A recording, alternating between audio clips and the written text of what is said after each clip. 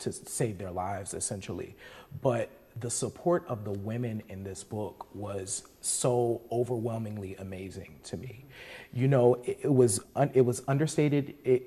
I don't think it was understated, but yes, they may not have been on the front lines with those men, but they really were there. I mean, they really were supportive. They showed up at that courthouse. They cooked those meals. They made sure that the family was taken care of. And I thought that was so amazing, where how much support they provided for the men in their lives.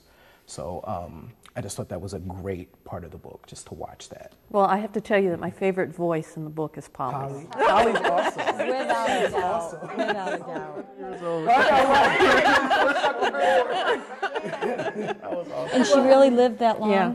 Amazing. Yeah, I come from long livers. I'm going to be here a long time. So how do you feel, you know, your legacy, you're a woman, you're a woman, Tatamy, and you're the one bearing witness, telling the story, and that's not the role of the women in this, which is very historically right, and that's the double, you know, that's the bind of the feminist movement, I think even more so for women of color, because to claim a place with men as the speaker, as the public face, is to then challenge already challenged men.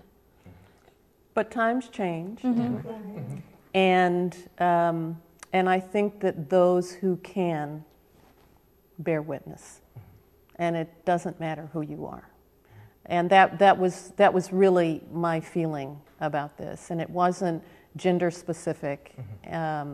It was that I'm the one that had the passion to do it. I cared about this a great deal. I had the time, the energy, the willingness, the determination, and so it was going to be me.